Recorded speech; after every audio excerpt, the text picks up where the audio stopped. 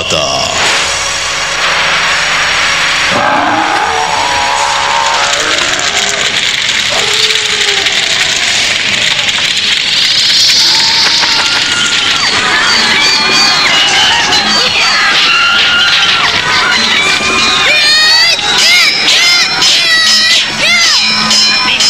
Cerita ini ditulis dan diolah oleh Bu Nergis Muriono.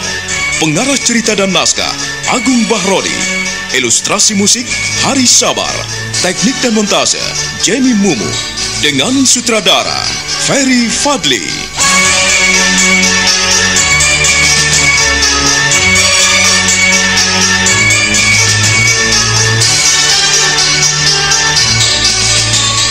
Wahyu Astabrata. Kali ini mengetengahkan episode kedua dengan judul Sampur Jala Sutra.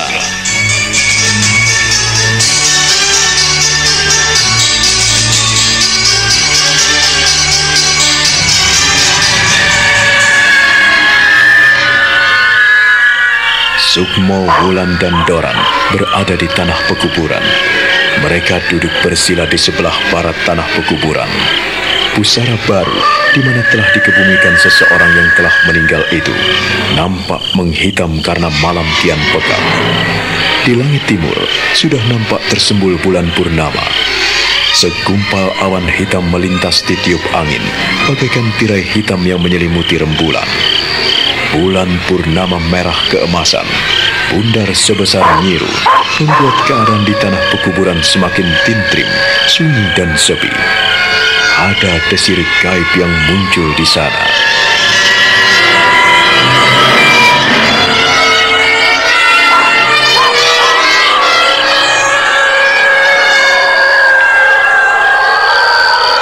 Sukma. Aku merasakan desir aneh. Aku merasakan keganjilan. Tenanglah, Wulan. Barangkali budon itu akan muncul. Kau jangan gugup. Mana hantu itu? Hantunya sudah muncul. Doran, kau jangan bodoh. Sejak tadi, ku minta kau buka matamu. Kau tidak boleh memejamkan mata. Kalau nanti kau tidak melihat hantu itu, maka kita tidak bisa berhasil. Kau harus membantu kami. Tapi, aku takut sekali, Sukma. Sukma, kau tidak boleh takut. Hantu tidak menakutkan. Dan kau takutkan adalah bayang-bayang semu. Kau boleh takut hanya pada manusia. Hantu tidak akan berani menyentuh tubuh kita. Dan kita akan bergumul melawan hantu itu. Untuk itulah, ku minta kau jangan takut. Bukalah matamu. Oh, tubuhmu menggigil, mengeluarkan keringat dingin seperti ini. Kalau kau tak mau mendengarkan kami, maka usaha kita bisa gagal. Kenapa kau penakut sekali, Doran?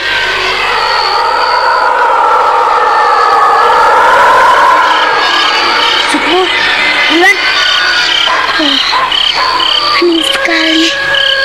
Ada sesuatu yang aneh. Bulan bundar itu makin pucat.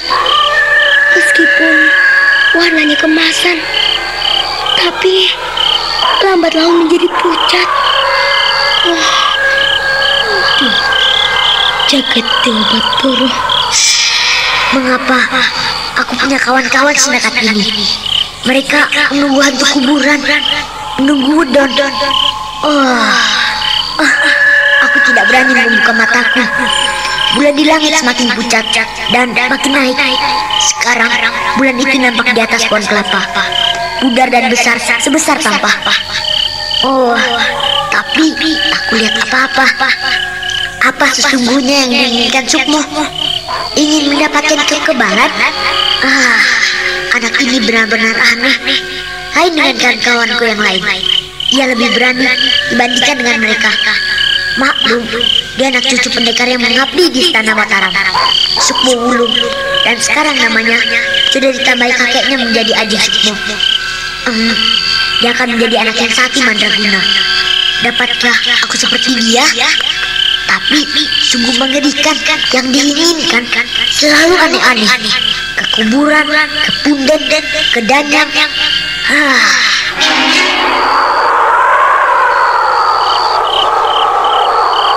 Belum ada apa-apa. Bulan sudah setinggi pohon kelapa. Sunyi, sepi. Tak ada siapapun di sini kecuali aku dan dua kawanku.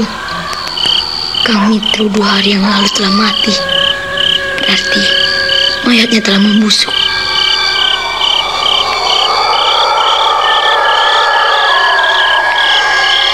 Bulu kuduk Sukmo merinding. Dia merasakan ada keanehan di sekelilingnya. Tanah pekuburan yang sepi membangkitkan suasana magis.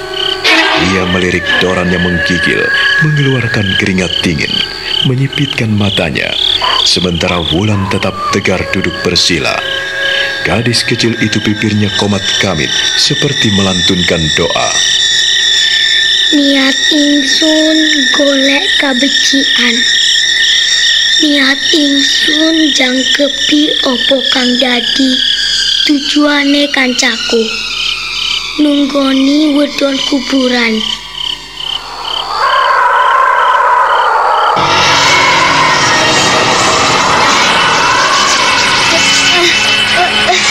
Sukmo, Wulan,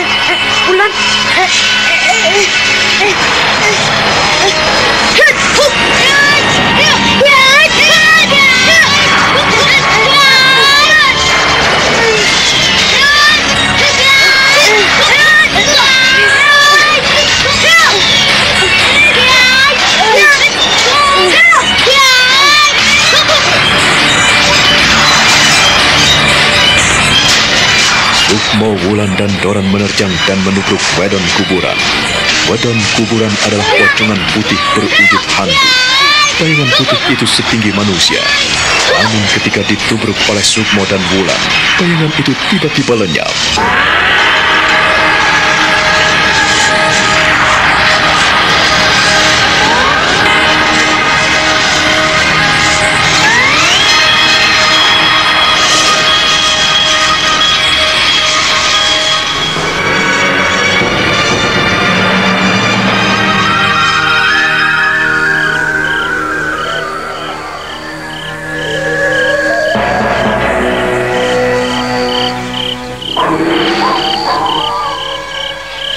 Sukmo, di mana hantu itu? Di mana? Apa yang kau rasakan, Wulan? Setelah kita bergumul dengan hantu itu, apa yang kau rasakan? Baunya tidak sedap. Dadaku terasa sesak.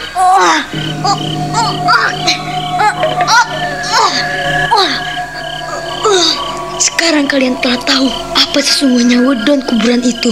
Wedon kuburan itu tak lebih hanyalah segumpal asap. Wedon kuburan adalah segumpal asap yang keluar dari jisim orang mati. Aku tahu orang yang telah mati pasti membusuk, dan tubuhnya yang telah menggembung dan membusuk itu akan meledak. Lalu gas yang keluar dari jisim itu pun mencari celah-celah dari tanah kuburan ini. Maka muncullah wujud putih yang kita lihat sebagai wedon itu. Kalian tidak perlu takut. Tapi aku mau muntah. Aku mau muntah, Sukmo. Iya, kalau tidak tahan, memang kita bisa muntah.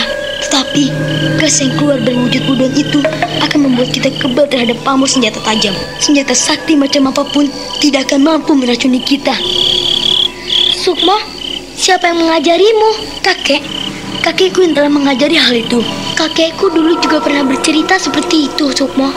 Tetapi dia tidak menginginkan hal itu kulakukan. Sekarang kau mengajakku seperti ini, dan kita telah menghirup udara itu bersama-sama.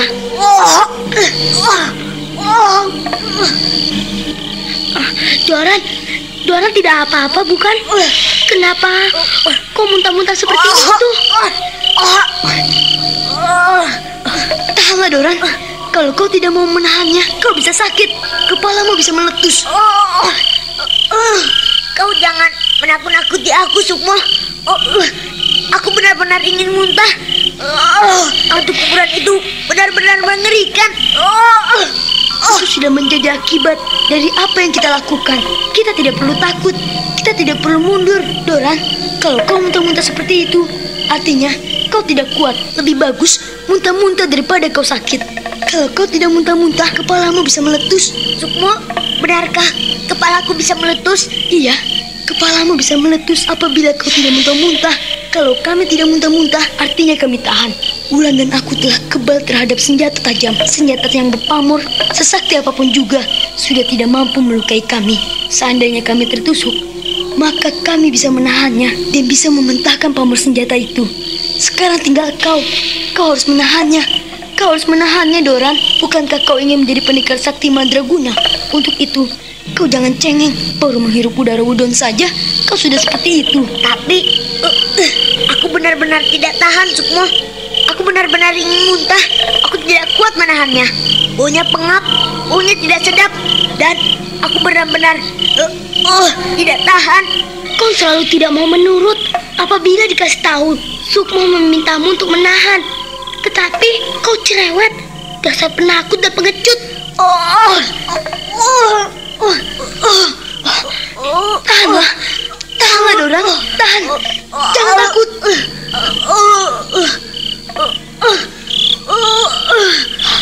Tahanlah, tahanlah. Kau jangan takut. Supaya kau menjadi orang sakti mandraguna, kau harus berani melakukan hal seperti ini. Sukmo, Wulan, badanku lemas sekali. Iya, kepalaku pening, kepalaku pusing sekali. Tahanlah. Kau harus tahan menghadapi tantangan seperti ini. Kita akan menghadapi hal-hal yang lebih berat lagi. Hantu itu bisa datang ke rumahmu kalau kau tidak tahan. Sukma, kau jangan menakut-nakuti aku. Aku benar-benar pening, benar-benar pusing. Sukma, lebih baik kita ajak pulang saja.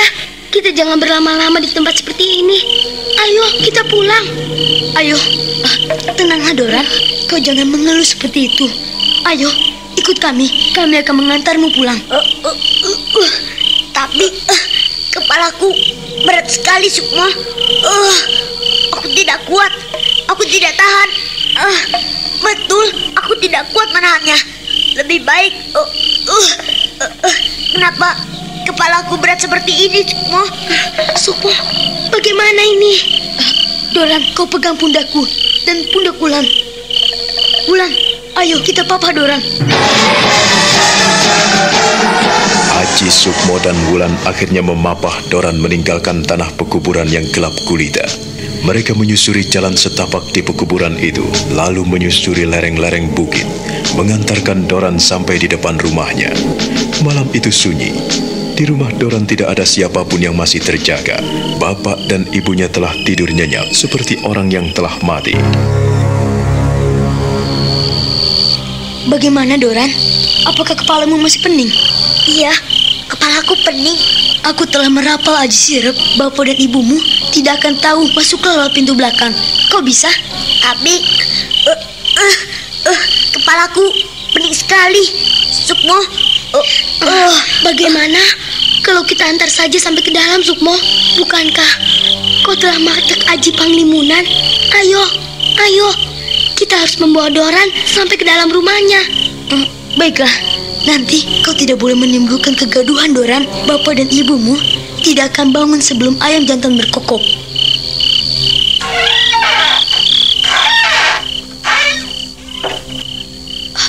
Sekarang tidurlah kau. Istirahat. Kau tidur jangan memakai bantal.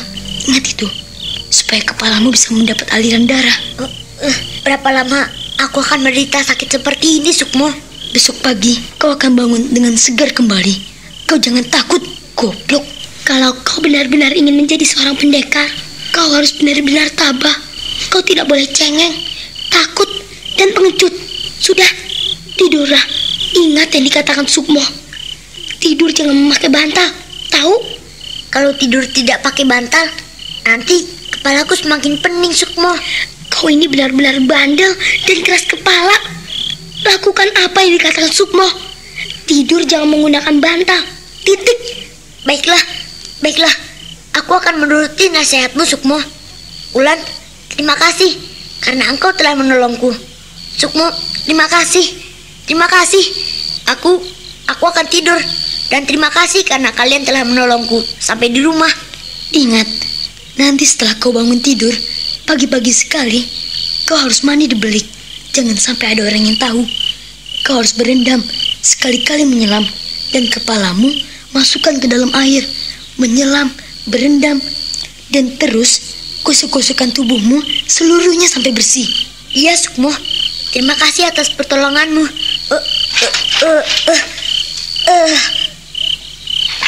Selamat malam, selamat tidur. Aku pulang, bocah goblok. Terima kasih.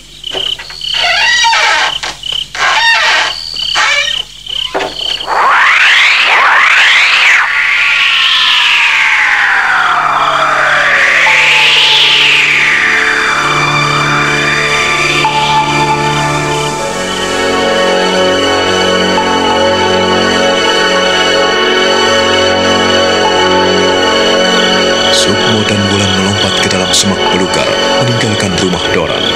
Doran sendiri segera berbaring tanpa menggunakan bantal. Matanya terpejam, tetapi dia tidak bisa tidur. Bayang-bayang hantu kuburan itu semakin dekat dan lekat di pelupuk matanya.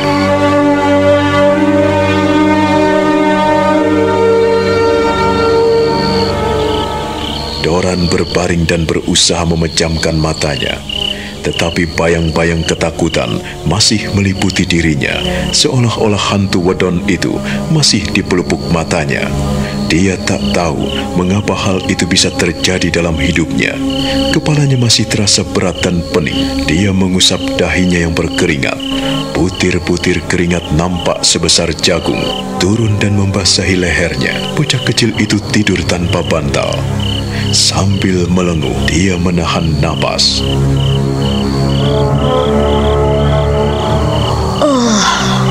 Badanku terasa panas sekali. Kepalaku semakin berat.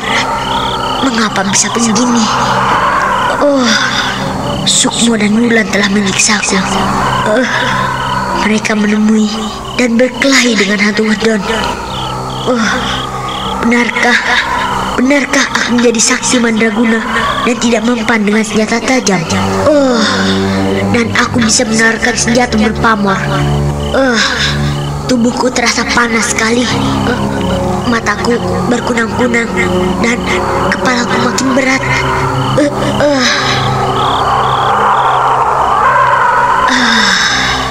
Apakah sebetulnya yang telah terjadi dalam hidupku? Bau anyir dan pengudon itu terasa dekat di hidungku.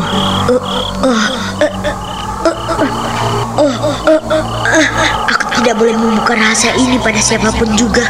Aku harus menyimpannya rapat-rapat.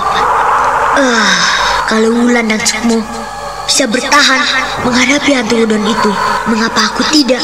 Tubuhku terasa panas sekali.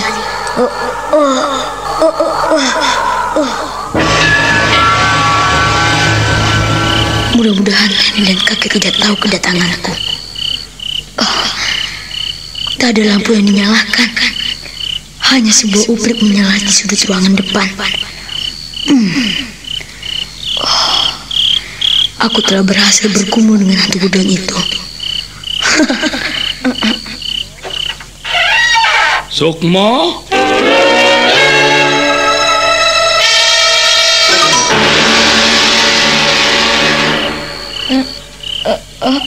Kek. Dari mana kau, Nger? Hah? Malam-malam begini meninggalkan kamarmu? Aku dari luar, Kek. Kencing. Kau jangan bohong pada kakekmu, Sukmo. Kejujuran adalah kekuatan bagi seorang pendekar. Orang yang tidak mau jujur pada dirinya sendiri, selama hidupnya tidak akan pernah berhasil. Ia tidak akan pernah meraih apa yang dicita-citakannya. Orang yang selalu bohong pada dirinya sendiri, ia akan menyesal di akhir hidupnya, Sukmo. Aku tidak bohong, Kek. Aku dari luar.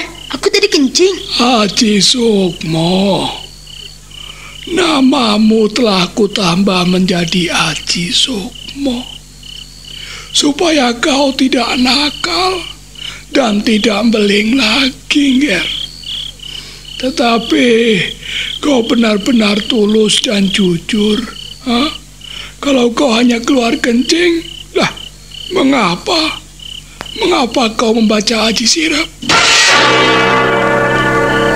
Haji Sirep. Iya, aku merasakan pengaruh Haji Sirep itu, Ger.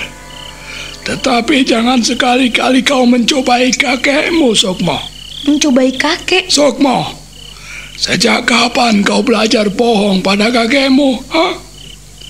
Kakek selalu berusaha mengajarkan kepadamu hal-hal yang baik, agar kau pun menjadi pemuda yang baik, Ger. Kau masih kecil, Sukmo. Untuk itu, kumohon kau berlaku jujur pada kakek. Nenekmu tidur pulas karena pengaruh Haji Sirep. Siapa lagi yang bisa membaca Haji Sirep di sini? Kalau tidak dirimu, hah? Ayo, dari mana saja kau ini? Saya dari Kencing, Kek. Baik, jika kau memang bertahan dalam ketidakjujuranmu, kakek tidak akan marah kepadamu. Percuma kakek marah pada orang yang tidak mau mendengarkan nasihat kakek. Sekali lagi, kakek bertanya kepadamu, dari mana kau malam-malam meninggalkan tempat tidurmu? Saya dari Kencing, Kek. Dari Kencing? Apakah tidak cukup kencing di belakang rumah? Mengapa bau kuburan kau bawa kemari, Ger?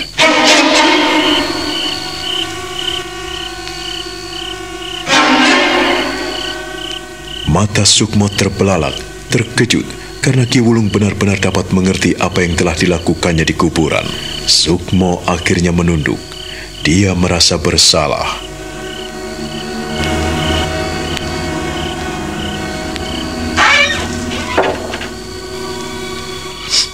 Aku mencium bau mayat di sini, Sukmo.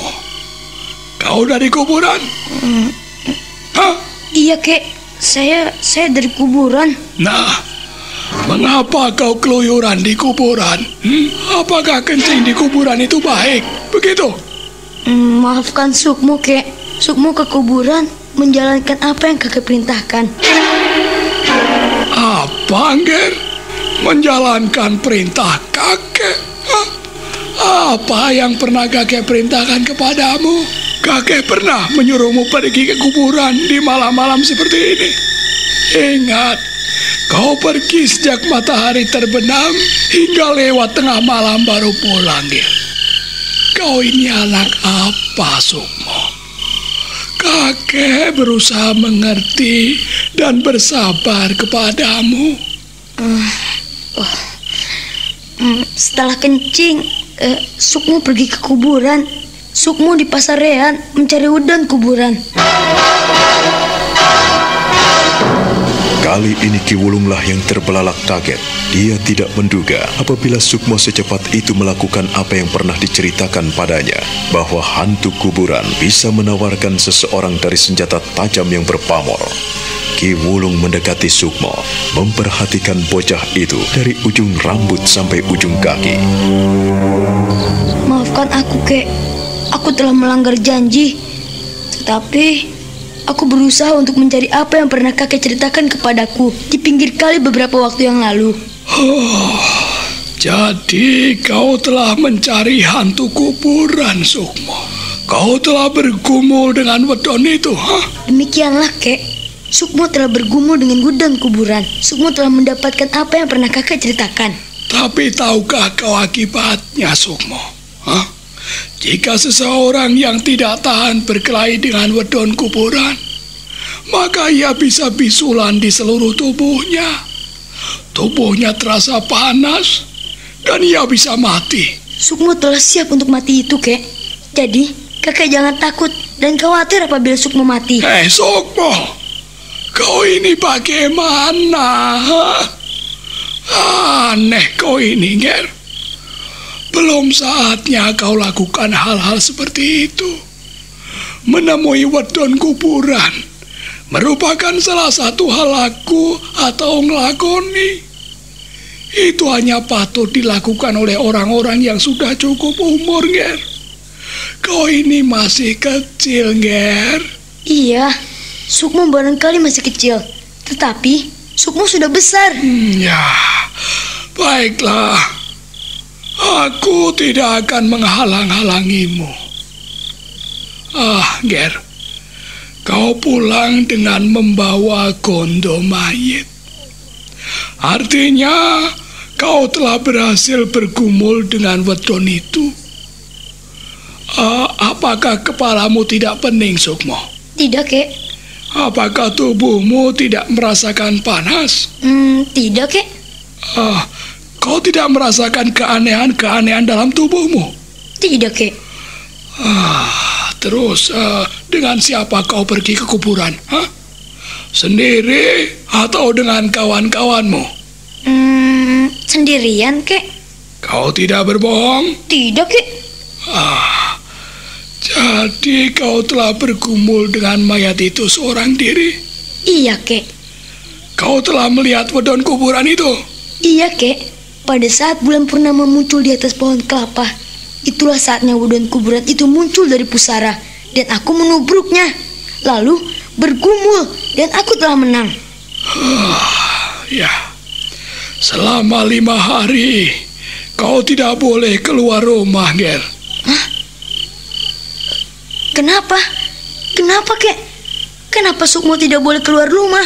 Tentu saja ada sebabnya kakek melarangmu keluar rumah selama 5 hari. Selama sepasaran, kau tidak boleh meninggalkan gubuk kakek ini. Kenapa begitu, Kek? Kau butuh dipermandikan, Sukmo. Kau harus benar-benar tawar terhadap wedon kuburan itu. Kau jangan sembrono lagi, Ger. Apa yang akan terjadi terhadap diri si Doran? Ia telah merasakan pening kepala dan tubuhnya merasakan panas. Jangan-jangan terjadi sesuatu padanya. Hal itu tidak boleh terjadi. Sukmo, mengapa kau diam dan berdiri termangu saja? Kenapa? Tidak, Kek. Aku hanya capek. Seharian telah berjalan jauh. Sejak kau pulang dari Gua Tritip, kakek tidak pernah melarangmu pergi kemana kau suka.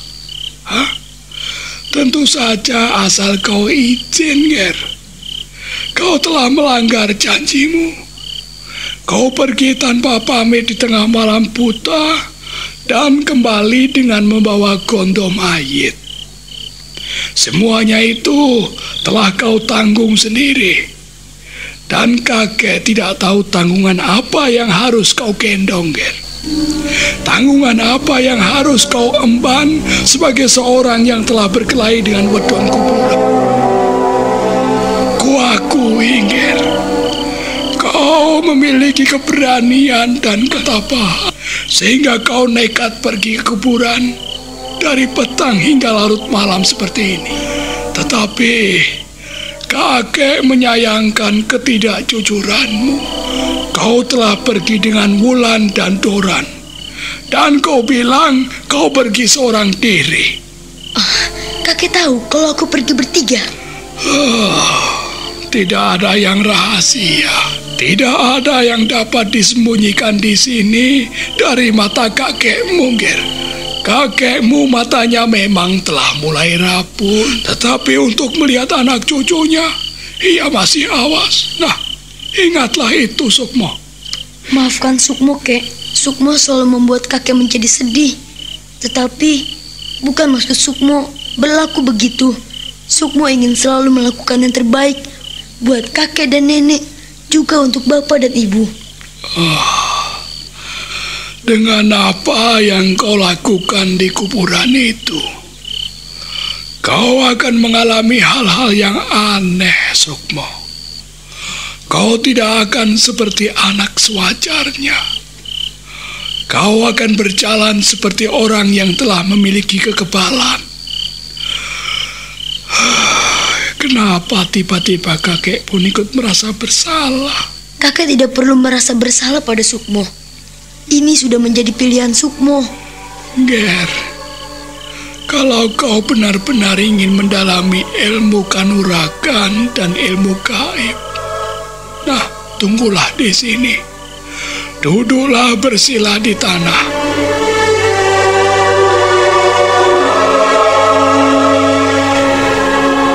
Ki Wulung mencabut sebuah pedang kangkam yang panjangnya sedepa orang dewasa. Pedang itu nampak berkilat tajam ketika memantulkan sinar lampu di sudut ruangan itu. Sukmo bergidik memandang pedang kangkam yang dipegang oleh kakeknya. Nah, Haji Sukmo. Iya, Kek. Terimalah pedang ini, Ger.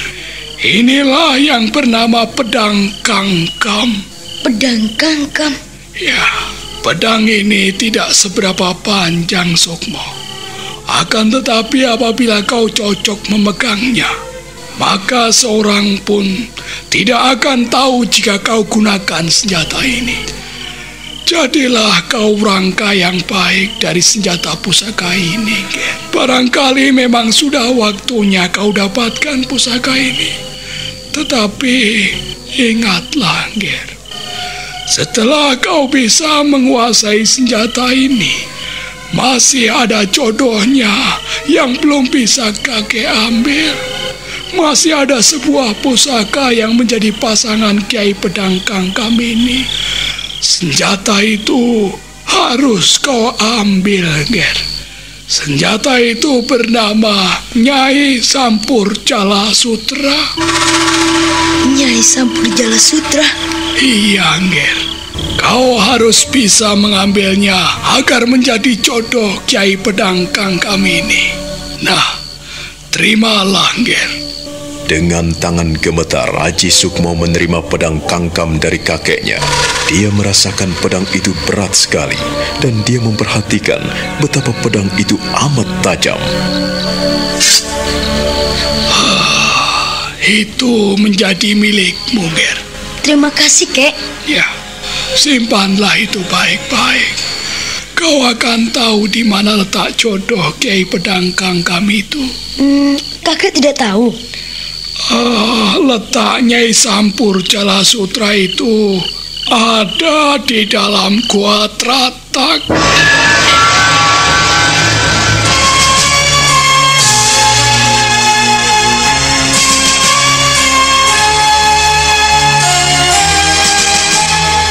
Nah, bagaimana kisah Sukmo selanjutnya? Saudara pendengar, silakan menunggu seri berikutnya dalam serial Wahyu Astabrata ini. Sampai jumpa.